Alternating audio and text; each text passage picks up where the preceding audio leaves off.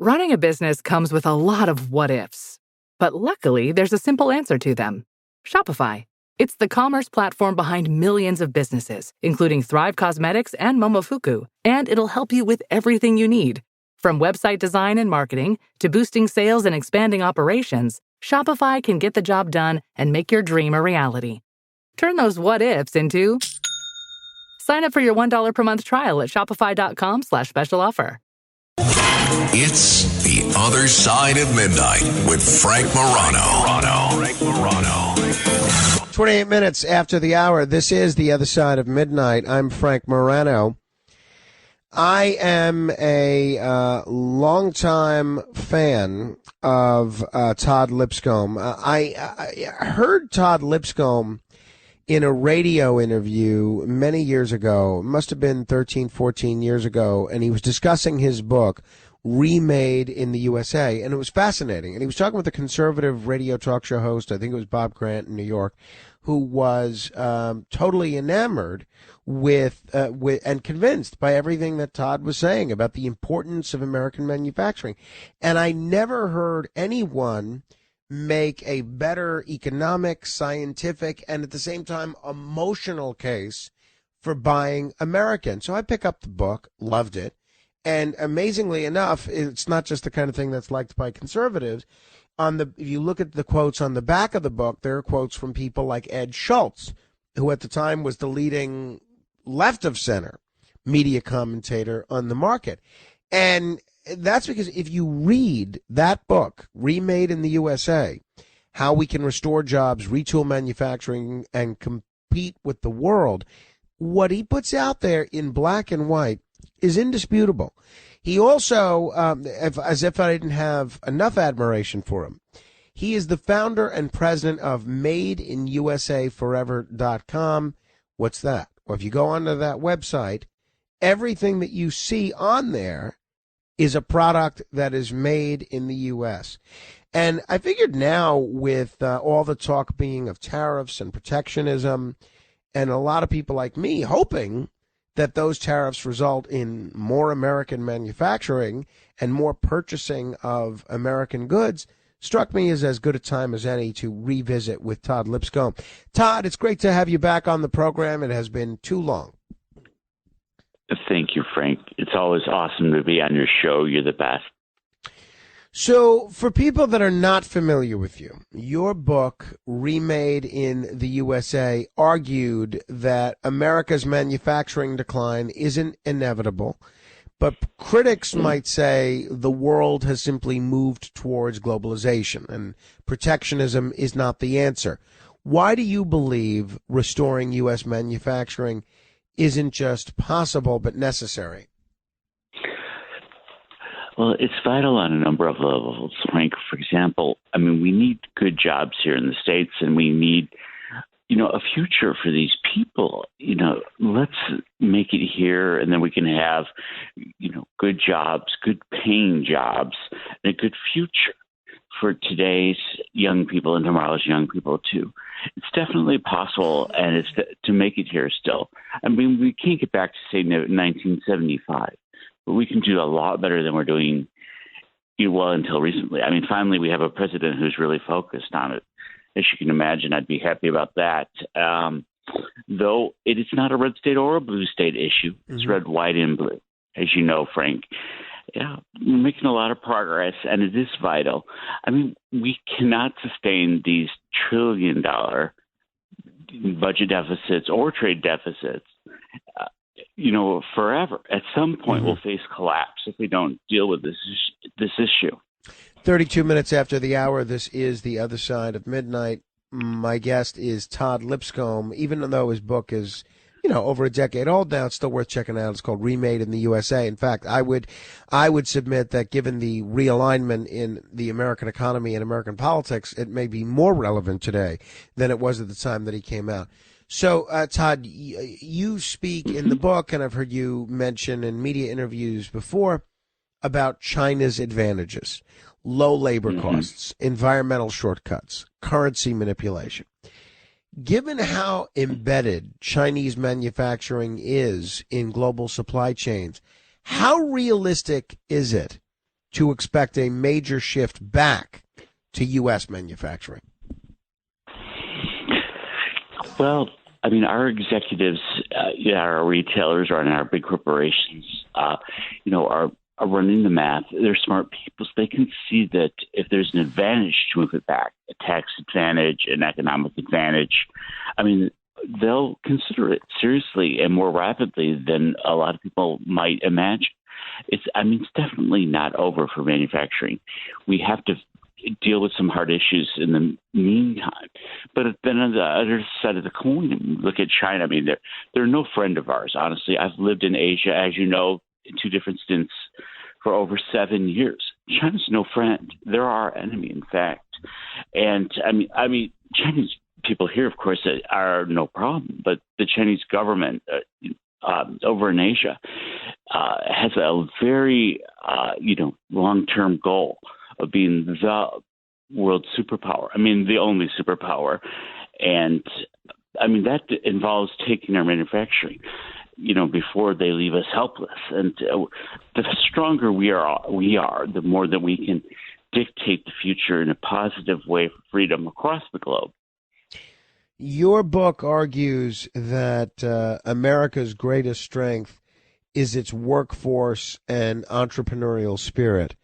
But with automation replacing so many jobs, and it's gotten so much worse since you wrote this book, because it's not just automation, you also have AI replacing a lot of jobs. How do you ensure that made in America doesn't just mean made by robots in America? Well, there's a lot of fear, and with some reason, of these robots or AI. But, they're not conscious, and they'll never be conscious, at least not in our lifetimes. But so it's like, how do I explain? Well, first of all, we need to make it here, and if we need advanced machines, there are advanced machines, but advanced machines we can use that will give us an advantage over the cheap Chinese labor or the way they cheat on the environment and other issues that give them an economic advantage. If we can use better machines, maybe to, make manufacturing make sense here, that's another advantage that we need to pursue here at home. And they will pursue it there. They really don't care about the human costs involved. They're not out to make everyone happy in their country. They're out to be the next superpower, as I said. So we need to get real and face that. Yeah, well said. I guess that's not exactly breaking news. Everybody knows of China's global ambitions and kind of the relatively new efforts they've undertaken with partnerships with different countries, which throughout China's history, they've generally tended to be much more insular. Now they're engaging with the rest of the world. So I know I'm going to ask you a complicated question and try and get a simple answer out of you. By the way, if people are just tuning in, this is The Other Side of Midnight. I'm Frank Morano. We're talking with Todd Lipscomb. So I know it's a complicated question that doesn't lend itself necessarily to an easy answer. That being said, more broadly, do you tend to favor President Trump's tariff policies? Absolutely. There didn't used to be income taxes before World War One. The entire government funded itself almost solely on these kind of duties, and it wasn't, considered evil or bad. That is a load of propaganda. He's actually quite wise to pursue this type of strategy. I would couple it also with a lack of taxation on manufacturing here, and I think you'll see some real amazing growth here in the USA. But yes, President Trump, I definitely support those tariffs. They're definitely not a bad word. They're raising revenue. They're making it advantageous to make it here at home. And he's a brave man to face this globalist, movement head on. So, look, I agree with everything you said, but a lot of economists on both sides of the aisle completely disagree. So as of now, we are seeing the fastest rate of new trade barriers since the 1930s. And a lot of economists argue, and again, this is conservative economists and liberal economists, they argue that tariffs end up hurting American consumers by raising prices. What do you say to those people who believe tariffs are just a tax on the American people?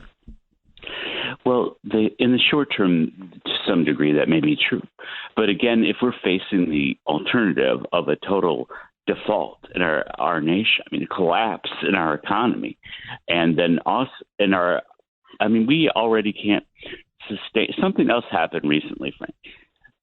Interest on the debt became more than defense to become the second most, highest percent of something that we pay besides the military, in the federal deficit, in the federal budget each year, So we need to look at the math and look beyond today's problem to what's tomorrow's problem, too. And, I mean, we can't sustain these grotesque deficits, trillion-dollar deficits every year.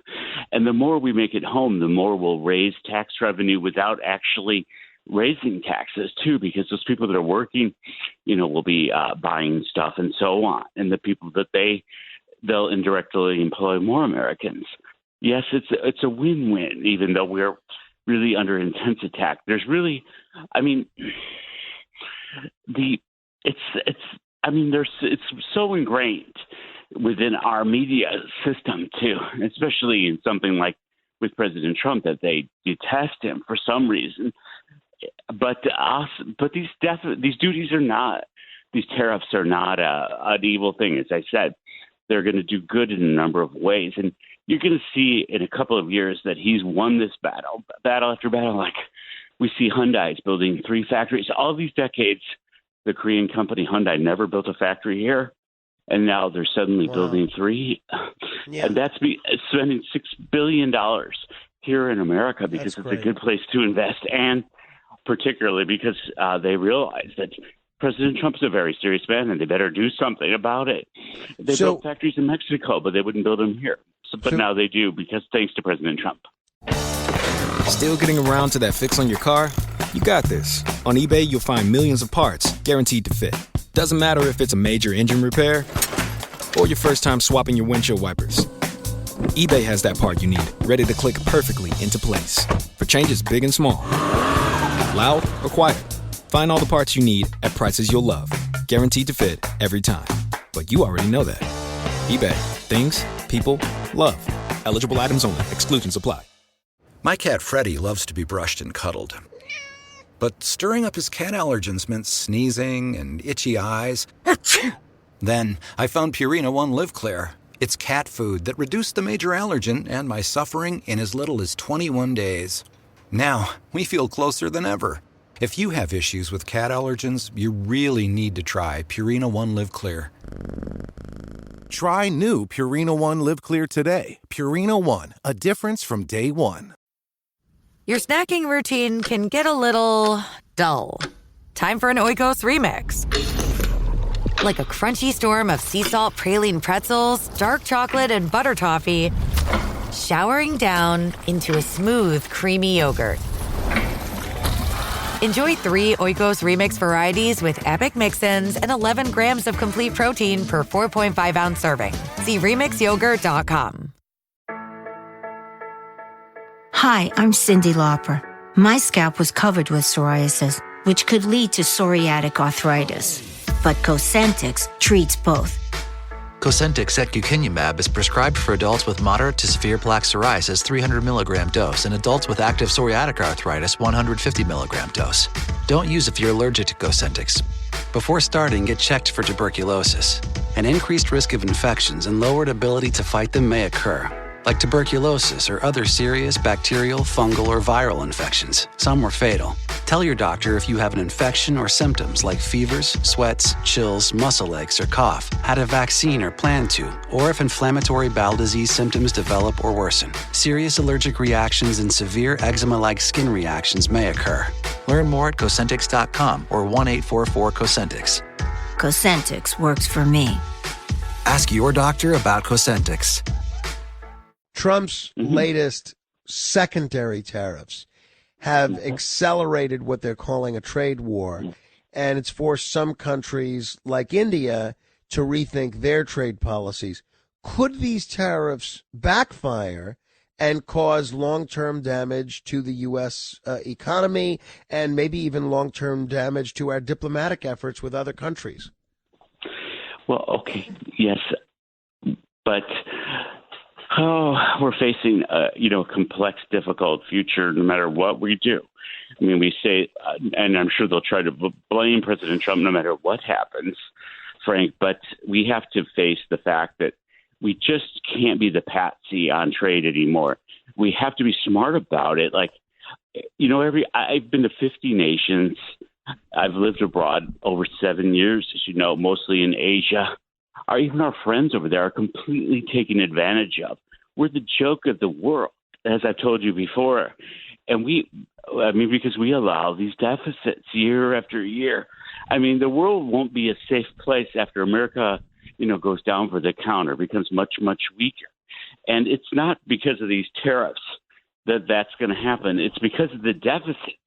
We must deal with the deficits in the short term, even if it causes some pain, and even if the media complains and complains. Yeah.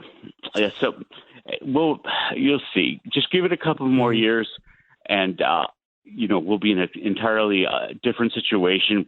With I think those tariffs dropping, the mere fact of the massive $1 trillion deficits is proof that the present trade policy is failing miserably. I mean, it was built to deal with England or France, where we really don't have much of a trade issue, to be honest, not to deal with countries like China that are really out to get us. So why should we give China, this open access to our market when they're our enemy? Yes. Go ahead. Last question on tariffs, and then I want to try and go through some other areas. Sure. Many people argue that instead of tariffs, we should be investing in worker retraining and high-tech manufacturing. Why is protectionism a better path than adapting? We threw a lot of money at what was called like the Green New Deal and other possible, futures in the recent past, as you saw, and it ended up being a giant fiasco. I mean, I had high hopes of made in USA, I don't know, solar panels or something. But somehow when the government ultra focuses on something, it gets it wrong. But when business people get involved and they're like, and Hyundai says, enough, we're just going to build 3 factories there because that's where our customers are. We have to, deal with this issue. So we're going to invest $6 billion in the USA. When those businesses do it instead of the government, then because of the, taxes, the tariffs, and the duties, then they'll do it in a way where that factory actually gets built. And it's not just, a government fiasco. Makes sense. Makes sense to me anyway. So your website, terrific websites where everybody can go and buy products for everything from train whistles to tuna fish that's made in the United States. MadeInUSAForever.com. It features small, family-owned businesses. What are the biggest challenges those businesses face in competing with global giants like Amazon and Walmart? Yeah, excellent question, Frank. I mean, first of all, as you can imagine, Walmart has had a pretty strong Made in USA initiative the last few years, as you may have heard. But, they came back and they found there really wasn't a lot of Made in USA suppliers anymore, and they killed the supply chain by moving it to China. And Walmart did that themselves, but now Amazon is by far the biggest importer of Chinese-made products. Amazon, either directly through their website or through the sellers on their website, buys more from China than the Chinese military does. It's insane. And it's definitely not sustainable. But it's only about cost, and it's only about today. They don't care if they're putting their own customers out of work. It's ridiculous to me to see that. But we need to wake up as Americans and say, hey, maybe it'll cost me more, but it'll last longer. And you'll see that there's over 800 suppliers, about 850 now, actually, on my website, most of them are small family-owned businesses. They have a very hard time competing with the prices, the costs that of these Chinese-made products. And as we've talked about before, it's not just the cost of the labor, but also the environmental issues being ignored, meaning just pollution over there. And we'll get it over here eventually. I mean, many of those products end up over here polluted also. Right. So we need to consider all of the factors, right? But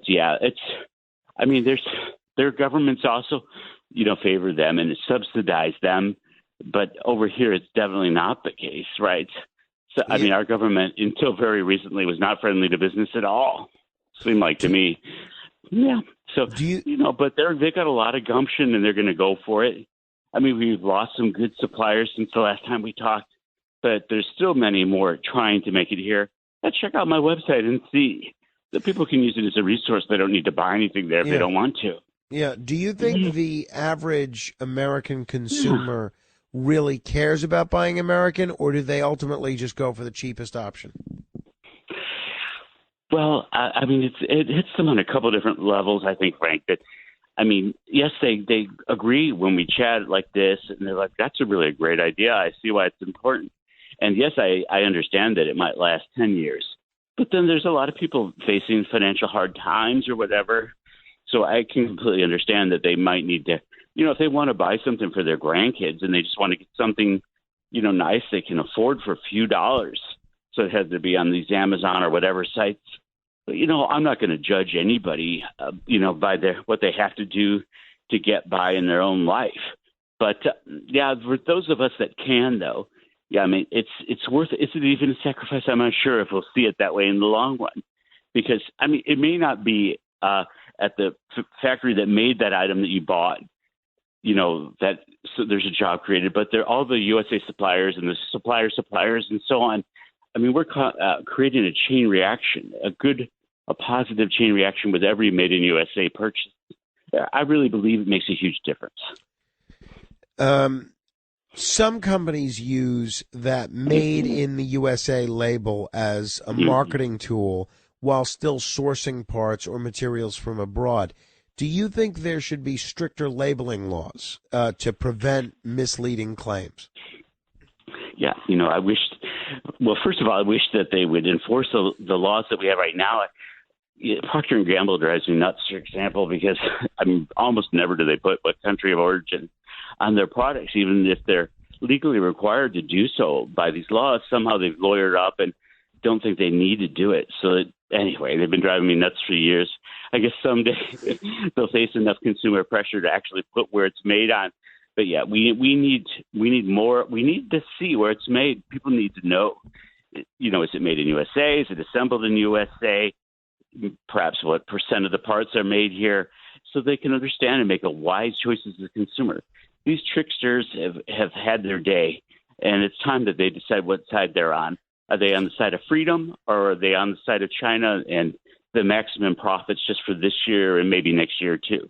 So, Todd, lastly, what's next for you? Do you see, and your work, do you see any political momentum behind the Made in the USA movement? Are you just going to look to expand this website or do something else? What do you got next in store? That's a great question, Frank. I am working on another book. You'll be first to hear about that. I hope does well. I mean, it helps get the message out there. And, I've been at it 19 years now. It's hard to believe. We're not getting any younger, are we, Frank? Oh, that's for sure. Well, I'll look forward to reading that new book. Good luck with it, Todd. Thank you. Thank you, Frank.